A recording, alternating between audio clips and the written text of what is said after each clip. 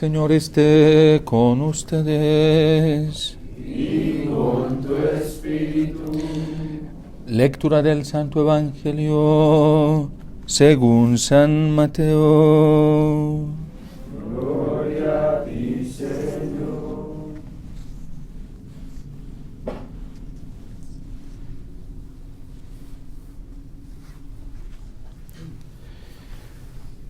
En aquel tiempo los fariseos se confabularon contra Jesús para acabar con él. Al saberlo, Jesús se retiró de ahí. Muchos lo siguieron y él curó a todos los enfermos y les mandó enérgicamente que no lo publicaran, para que se cumplieran las palabras del profeta Isaías. Miren a mi siervo, a quien sostengo, a mi elegido, en quien tengo mis complacencias. En él he puesto mi espíritu, para que haga brillar la justicia sobre las naciones. No gritará ni clamará, no hará oír su voz en las plazas, no romperá la caña resquebrajada, ni apagará la mecha que aún humea, hasta que haga triunfar la justicia sobre la tierra, y en él pondrán todas las naciones su esperanza.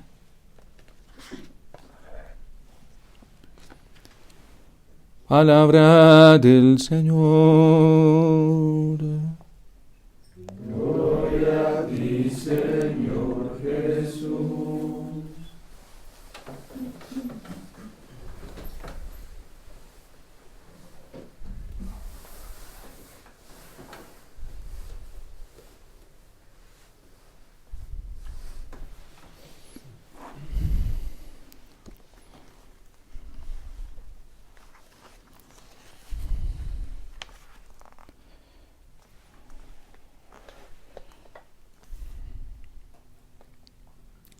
Quiero empezar leyendo una carta que llegó a mis manos durante estos días. Alguien con un sentimiento de gratitud se me acerca y me dice: Padre, quiero darle este regalo porque sé que le va a servir muchísimo. Pues yo no pensé que me iba a encontrar allí.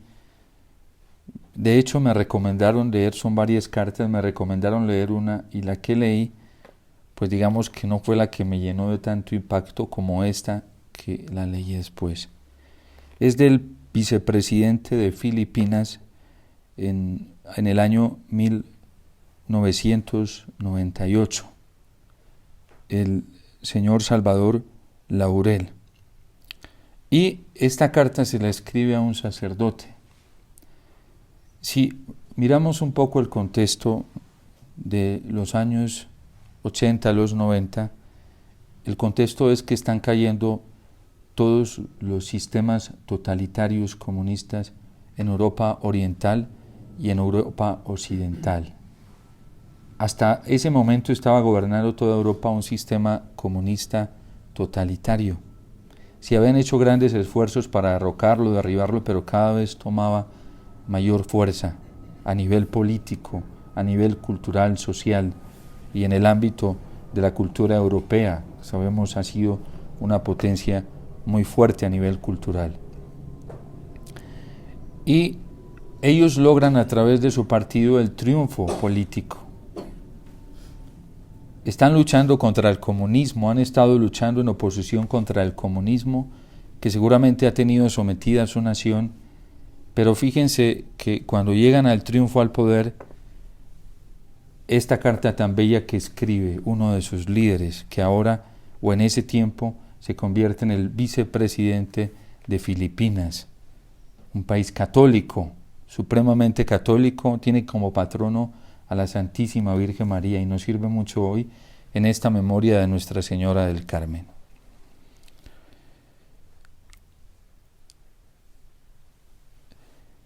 En el libro titulado Juro servir, incluí un discurso sobre la juventud que di cuando era joven como usted, le está escribiendo a un padre.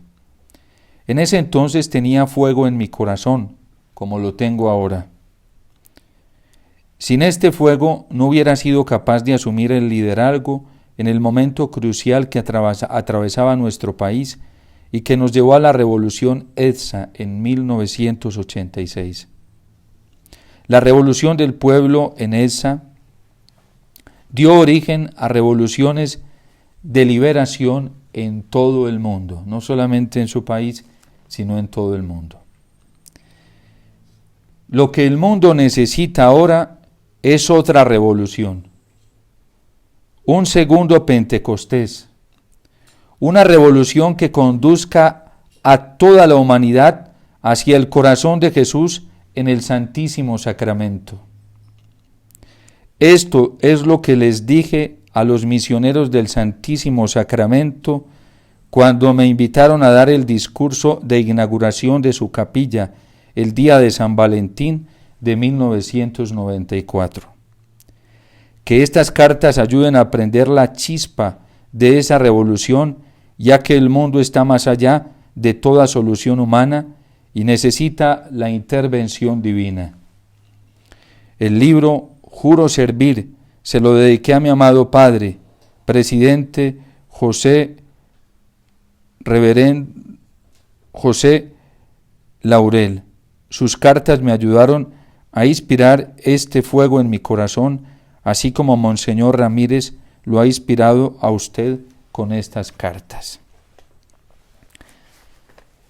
En pocas palabras, lo que necesita el mundo es una auténtica revolución y es el fuego de Pentecostés. No lo está diciendo un sacerdote, no lo está diciendo un jerarca, no lo está diciendo el mejor teólogo del mundo, no lo está diciendo el mejor, o a lo mejor, sí, no lo está diciendo el mejor politólogo, geopolítico, no lo está diciendo el mejor historiador, lo está diciendo un cristiano convencido en el mundo político. Qué bello escuchar esto, unas palabras tan claras y convincentes de un líder político. Hoy, cuando se encuentra en crisis y es un fracaso la orientación política que lleva el nombre de cristiana y aún de católica en nuestra iglesia, cuando no se presenta al único Rey de la justicia, al único príncipe de la paz, al único príncipe de la unidad como el único triunfador y el único Rey. Los discursos hoy han muerto, incluso a nivel cristiano, dentro de la misma iglesia, porque son discursos que están alienando o alentando la esperanza humana hacia una promesa humana. Y lo que nos están ofreciendo en los discursos aún teológicos, evangélicos, entre comillas, teológicos, lo que nos están ofreciendo es pura esperanza humana, pura esperanza temporal. ¿Acaso no fue lo que ofreció Marx? ¿Acaso no fue la propuesta del marxismo y del socialismo? Alcanzar el triunfo, porque todos necesitamos el triunfo y la victoria, pero en el acontecimiento histórico de la humanidad. Cristo no vino a reinar así, y se lo dijo claramente a Pilato: mi reino no es de este mundo, porque si mi reino fuera de este mundo, mis legiones hubieran venido a luchar contra las tuyas, y seguro que hubieran vencido. Cuando Pedro, acudiendo a la violencia, también utiliza la espada y le corta la oreja a Malco, el Señor le dice: suelta la vaina, porque quien a espada muere, quien a espada hiere, a espada morirá. No es la violencia física, ni la violencia coercitiva como lo han intentado hacer muchos aún dentro de la iglesia, que pretenden someter la libertad de los cristianos, solamente ejerciendo la coerción, la violencia ideológica, que se convierte en fundamentalismo porque utilizan el nombre de Dios, aún el nombre de Cristo y hasta el nombre de la iglesia para someter las libertades de los cristianos. No es esa violencia, no es ese tipo de revolución lo que necesita el mundo, lo que necesita nuestra iglesia. Algunos, aprovechándose de la debilidad de muchos seres humanos, de muchos cristianos, los están sometiendo a una obediencia ciega, que la presentan incluso como de Dios, pero no es de Dios, que la vinculan incluso a la voluntad de Dios, pero no es la voluntad de Dios, porque no es el triunfo de Cristo. O también el otro extremo, los que se someten por miedo, mezquinamente, por miedo, se dejan orientar por las corrientes también de este mundo, progresistas, relativistas, laxas, que están poniendo en descrédito la moral católica y la moral cristiana, que están vendiendo y apostatando de la verdad. Hay algunos que por miedo y por no enfrentarse, por no sostenerse en la verdad de Cristo, en la verdad del Evangelio, en la verdad moral que la Iglesia ha defendido y ha predicado y ha testimoniado durante estos más de 2000 años, algunos mezquinamente, por miedo, por cobardes, porque no confían en el Señor, porque no oran, porque no tienen su corazón puesto en la esperanza del triunfo del corazón de Cristo y del corazón de la Virgen, terminan vendiéndose, tanto los unos como los otros. Son dos extremos. Y estos que se venden, lo hacen en nombre de la prudencia. ¿Qué prudencia? El cobarde no es prudente, el miedoso no es prudente, el mezquino no es prudente. Eso no es prudencia. A eso eso tiene su propio nombre y se llama cobardía.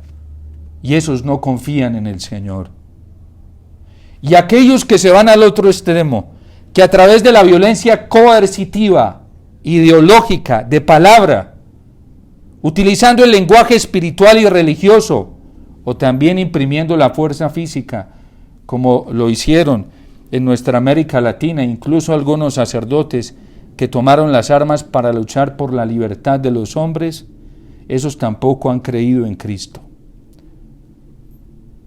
Nuestra América Latina se vio y se ha visto muy contagiada de esto. Varios países de nuestra América tuvieron esa amargura, ese yugo, incluso de algunos sacerdotes y teólogos que creyeron que la libertad para los pueblos, la libertad de los pobres, la libertad de los oprimidos, la iban a defender con la fuerza física. Eso se llama marxismo, y marxismo puro, porque más precisamente propone como método de solución para la liberación del hombre la fuerza física. ¿Qué propone el Evangelio? ¿Qué propone la Iglesia? ¿Qué es lo que propone verdaderamente la doctrina social de la Iglesia? Algunos que hoy hablan tanto de doctrina social de la Iglesia. ¿Qué es lo que propone la doctrina social de la Iglesia para lograr la libertad de la sociedad? ¿Para qué orienta la Iglesia su teología en una sociedad? Para alcanzar la dignidad de la persona humana, no vendiendo a la persona humana, no destruyendo a la persona humana. ¿Qué propone la Iglesia y qué propone el Evangelio? Fíjense que hoy nos lo dice el Evangelio mismo. Miren a mi siervo, a quien sostengo, a mi elegido, en quien tengo mis complacencias. En él he puesto mi espíritu, para que haga brillar la justicia sobre las naciones. Ojo sobre aquellos que están poniendo su confianza en los hombres, en partidos políticos que llevan el nombre de cristianos y hasta católicos, pero no lo son de verdad. El verdadero líder que ofrece el triunfo, la victoria, y que imparte la justicia, establece la paz para las naciones y establece la unidad de los pueblos, la unidad de las familias, se llama Cristo el Señor. Y por eso cuando el ángel se lo presenta a la Virgen, le pondrás por nombre Jesús. Él reinará en la casa de David por los siglos de los siglos, y su reino no tendrá fin. Ocupará el trono de su padre David. Será grande ante las naciones. No existe otro Salvador. En nadie más debemos poner nuestra mirada más que en Cristo. Vuelvo a leer las palabras del vicepresidente de Filipinas. Esto es un político cristiano. Por lo menos este discurso tiene el tinte de un político católico.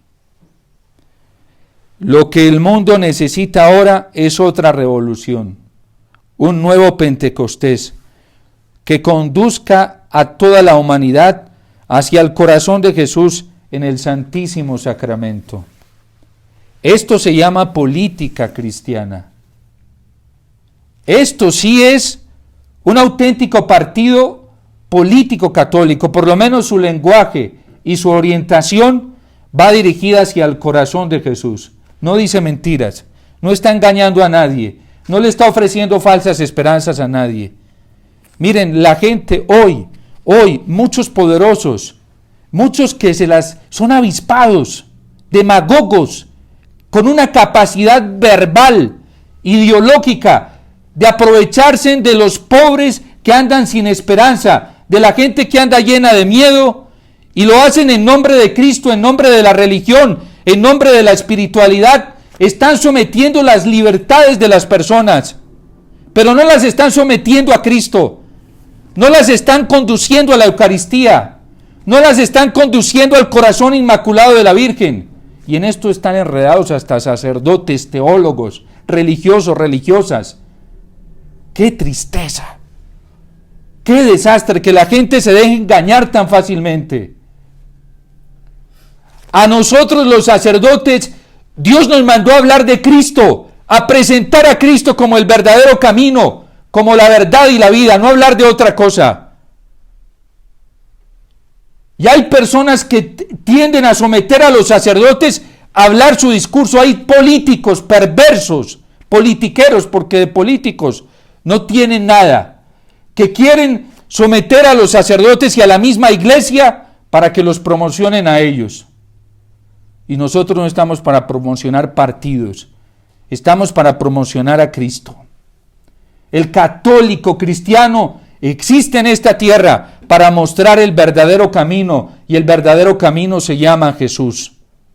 A nosotros no nos mandaron a presentar hombres como si fueran Mesías, porque no lo son, ni a presentar partidos políticos como si trajeran la salvación para la humanidad, porque tampoco la traen. La Iglesia defiende la política, no la politiquería, no la falsedad de la política, ni la mentira de la política. En la Constitución Pastoral Gaudium et Spes, de hecho, recogiendo toda la doctrina social de la Iglesia, nos enseña la Iglesia que la vocación política es un don de Dios, y por eso la Iglesia respeta la autoridad en este mundo.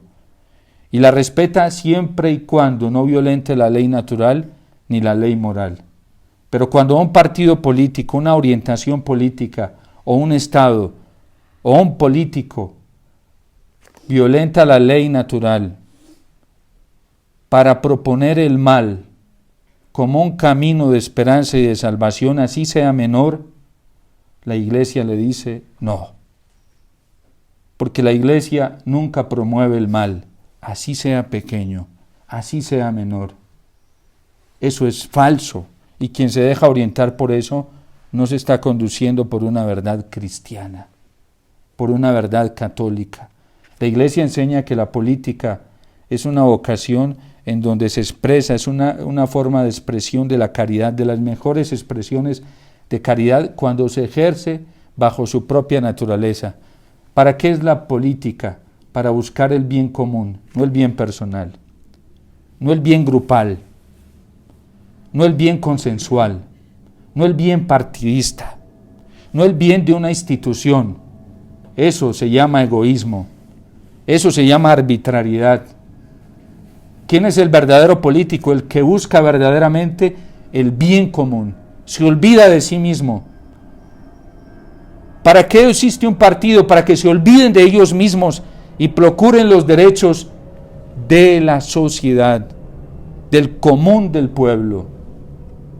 Eso se llama verdadera política. Pero cuando algunos se aprovechan de la política para promocionarse a sí mismos, para promocionar sus grupos, para promocionar sus partidos, ya son injustos y no lo están haciendo en un orden virtuoso, ni en un orden evangélico, ni mucho menos cristiano.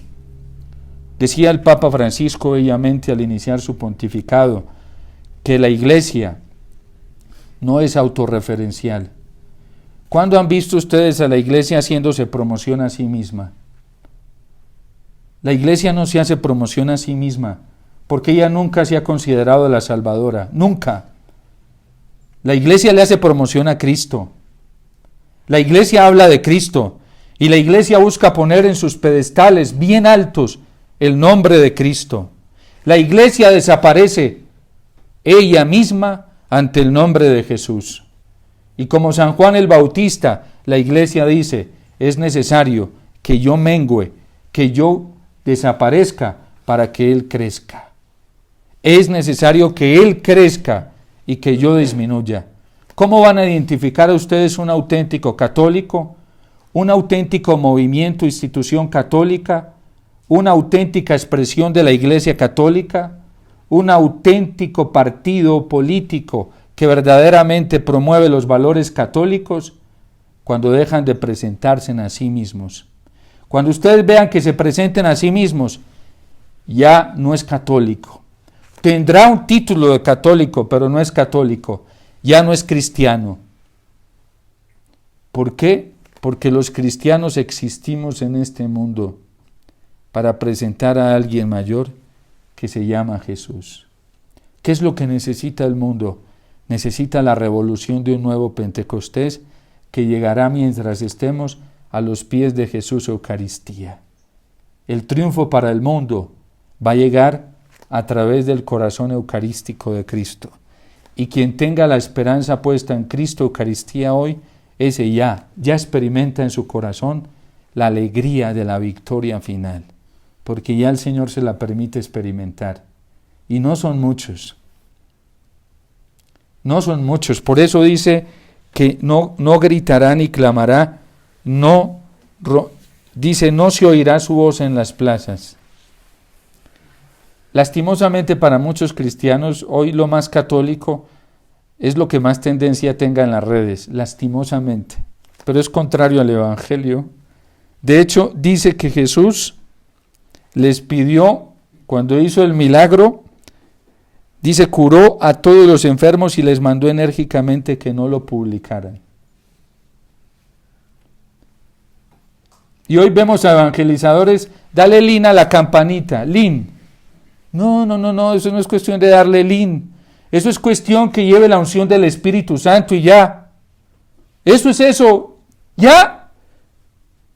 Aquí está claramente en el Evangelio y así ha sido la iglesia. La iglesia utiliza los medios de comunicación social como medios, no como absolutos. Si hoy los tiene, bien. Si hoy le sirven para pregonar el nombre de Cristo, bien. Y si mañana no están, también bien, no hay problema. No hay problema. Pero hoy, ¿saben qué están haciendo? Muchos, incluso católicos, están sustituyendo al Espíritu Santo, absolutizando los medios de comunicación, como si fuera lo único, absoluto en este momento, para transmitir el nombre cristiano. Hay sacerdotes que ya no son capaces de evangelizar si no están en las redes. Qué pesar. Qué pesar. Si están bien, y si no están, pues bien también. El Espíritu Santo no queda incapacitado ni anulado porque no se monte en Google, porque no se monte en YouTube, porque no se ponga en Twitter, porque no se ponga en Facebook, no hay problema. Y entonces, imagínense San Pablo que no tuvo nada de esto, ni WhatsApp, sí, ni Telegram, ni YouTube, ni Twitter, ni Facebook. Imagínense que hubiera quedado el mundo cristiano si San Pablo se hubiera quedado esperando a que la tecnología, porque también había desarrollo tecnológico en su época, si se hubiera quedado esperando. No.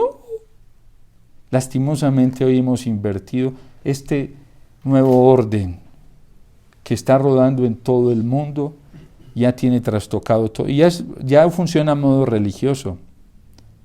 Ya funciona, no crean, es un lenguaje religioso. Y te ofrecen soluciones aparentes. Y te piden la profesión de la fe. Y la gente está diciendo, sí, yo creo. Y no sabe la gente que se está dejando engañar por el anticristo, porque todo eso es anticristiano. Así como hoy dice, los fariseos confabulaban contra Jesús para acabar con él. Pues hoy, en esta memoria de la Virgen del Carmen, un día bellísimo para nosotros los cristianos, y además es hermoso porque en la aparición de octubre de la Virgen de Fátima a los pastorcitos se le apareció bajo dos advocaciones. Una fue Nuestra Señora Dolorosa, el 13 de octubre, y otra fue la Virgen del Carmen. ¿Sí? Bajo esa advocación se aparece, y también se aparece San José.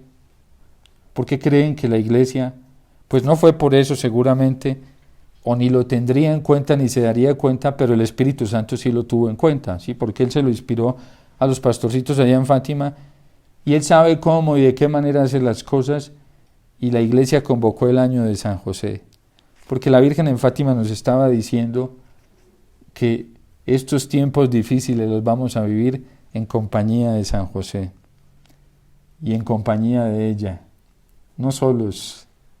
Por eso la Virgen en Fátima dice al final: mi corazón inmaculado triunfará. Que la gente no tenga miedo, y que no nos dé miedo rendir nuestra rodilla, poner toda nuestra confianza, toda nuestra esperanza en Jesús Eucaristía. Es lo mejor que nos puede pasar, lo más grande, lo más extraordinario. Y el cristiano que hoy confía en Jesús Eucaristía jamás será defraudado. Y quien hoy esté doblando y gastando invirtiendo su tiempo a los pies de Jesús Eucaristía y buscándolo a Él, no se preocupe, porque la Virgen ya dijo que al final en esos, no en los otros, su corazón inmaculado triunfará. Porque claramente nos dice hoy el profeta Miqueas que a los otros, esto dice el Señor: estoy planeando contra esta gente una serie de calamidades de las que no podrán escapar. ¿Saben quién anda hoy más desesperado en el mundo? Quien se encuentra más alejado de Jesús Eucaristía. ¿Saben quiénes son los que se están intentando quitar la vida y se la quitan? Los que no tienen la mirada puesta en Jesús Eucaristía. ¿Saben quiénes son los que le están haciendo ojitos y haciendo pactos con los políticos, con los económicos de este mundo, con este sistema económico? Los que ya no confían en Jesús Eucaristía. Y aunque van a misa, no crean que no van a misa, y hasta comulgan, pero no creen en Él. No creen en Él. Y hasta hay gente que reza y reza mucho, pero no cree en la Virgen. No le cree a la Virgen. Y esos pobres son como marionetas. Donde les digan que vayan, allá van. Miren, allí hay una persona que está profetizando y le dice cuál es su problema. El Señor le dio el don de profecía y la gente sale corriendo a que le imponga manos allá. Y la gente, a Miqueas le tocó eso. ¿Saben qué le decían a Miqueas? Que no profetizara más, que se callara. Porque alrededor de Miqueas hubo un movimiento profético que también habían recibido el don de la profecía. Pero esos profetas se pervirtieron por amor al dinero. Se pervirtieron por amor a la fama. Hoy hay mucho profeta, aunque ha recibido el don, se dejaron engañar por la fama. Y les gusta el dinero, y les gusta la plata, y les gusta la notoriedad. Y entonces, ¿saben qué terminan hablando esos profetas? Ya no el lenguaje de Dios, sino que terminan hablando el lenguaje del mundo. A los reyes, a los poderosos, a los grandes potenciales económicos de este mundo. Y por eso hoy hasta en la iglesia hay pastores que tienen su propio profeta al lado, para que les diga lo que quieren escuchar. Hasta en la jerarquía hay de esto, sacerdotes y obispos que andan a su lado con su profetizo, pero para que les digan lo que quieren escuchar. Y hay profetas vendidos que no hablan lo que el Señor les inspira y lo que el Señor pide, porque no hablan la verdad. Para evitarse problemas, hablan lo que quieren escuchar la gente. ¿Cómo es de bueno que a uno lo adulen? ¿Sí? Y que le digan que va muy bien y que es un santo. Y cómo es de bueno cuando le dicen que uno va a ser el Salvador. Y que si no es a través de uno no va a venir la salvación a este mundo. Y hay algunos cristianos católicos que les gusta estar escuchando eso, ese tipo de profecías. esperanza donde verdaderamente no la hay. ¿Saben dónde es la auténtica profecía, dónde nos conduce? Nos conduce, si escucharon la carta de este vicepresidente, al corazón eucarístico de Cristo. La gente que anda poniendo la confianza en instrumentos y no en Jesús Eucaristía, va mal, va muy mal. Y la gente que solo le gusta estar buscando lugares, santuarios, pero no adora a Jesús Eucaristía, va muy mal. ¿Saben para qué se apareció la Virgen en los diferentes santuarios? Para conducirnos a Jesús y decirnos, hagan lo que Él les diga. Miren, Fátima, mucha gente va a peregrinar a Fátima y muy poca gente sabe que allá hay uno de los milagros eucarísticos más importantes de la historia. Mucha gente le gusta ir al santuario de Fátima, pero pocos saben que la primera preparación que el ángel le dio a los pastorcitos fue una preparación eucarística, de reparación eucarística. A muchos fatimistas que se hacen llamar fatimistas porque son dicen que son especialistas en Fátima. Se les olvida hablar que el mensaje central de la Virgen, sí, es la esperanza en su corazón inmaculado, pero para llegar a esa esperanza la Virgen pide la conversión. El 13 de octubre y en varios de los mensajes la Virgen se aparece y se aparece muy triste. Con su corazón se aparece Nuestra Señora de los Dolores y les hace sentir a los pastorcitos que tienen mucho dolor y tristeza en su corazón porque Dios está siendo ofendido y porque la gente no se quiere convertir. En otra aparición, creo que fue la anterior, o no sé si fue en agosto o en septiembre, en una de ellas, Sor Lucía le pregunta por dos de sus amiguitas.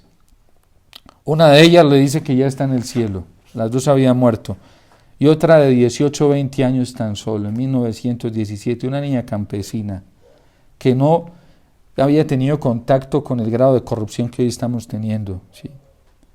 Le pregunta a Sor Lucía, se llama Amelia, y le pregunta a la Virgen por Amelia, y le dice que estará en el purgatorio hasta el fin del mundo. Hasta el fin del mundo. Hermanos, la salvación no es un juego. La vida eterna no es un juego. Dios no está jugando con nosotros. Nosotros no podemos jugar con las promesas de Dios ni jugar con el cielo. Dios nos está llamando a la conversión y una conversión real. ¿Qué cuentos de predicaciones nefastas, fabulosas, puras fábulas y mitos que no están proponiendo la conversión como la solución para alcanzar la paz? ¿Qué cuentos de andar escuchando eso? Dios nos está llamando a la conversión y su misericordia está pronta a actuar rápidamente si nos convertimos de corazón y volvemos al Señor. Dios nos ama, pero para que ese amor se active en nuestro corazón se necesita una clave central que se llama conversión. Dios vino a llamar a los pecadores a que se convirtieran, no a que siguieran pecando. Vino a llamarnos a nosotros, pecadores, a que cambiemos y cambiemos rápidamente, no a que sigamos en la misma vida. Entonces es tiempo de volver a Jesús, de adorar a Jesús, y veremos el triunfo del corazón de la Virgen y el triunfo del corazón de nuestro Señor. Y la clave está en la Eucaristía. Volvamos a la Eucaristía. Pongamos nuestra esperanza en la Eucaristía. Yo conocí un político, ya murió. Ese hombre no proponía otra cosa más para la liberación de nuestro país y fue el gran promotor de la consagración de Colombia, nuestra nación, al corazón de Jesús. Y lo decía a voz populi, ¿sí? Consagremos, eso lo promovía muchísimo, la consagración al corazón de Cristo. Colombia va a llegar al triunfo, porque va a llegar al triunfo, en unos pocos seguramente, pero llegará al triunfo por el corazón de Cristo, porque esta nación le pertenece al corazón de Jesús. Y solo quien se adopte a las reglas de este corazón santísimo podrá experimentar el triunfo, la paz en su corazón. Dios ya está derramando esa paz en algunos que confían en Él. Ya está derramando esa alegría en algunos que confían en Él. Por eso, postrémonos delante del corazón eucarístico de Cristo y pongamos toda nuestra ilusión, nuestra esperanza en el triunfo del corazón de la Virgen, que será el triunfo del corazón eucarístico de Cristo. Dios te salve María, llena eres de gracia, el Señor es contigo. Bendita tú eres entre todas las mujeres, y bendito es el fruto de tu vientre, Jesús. Santa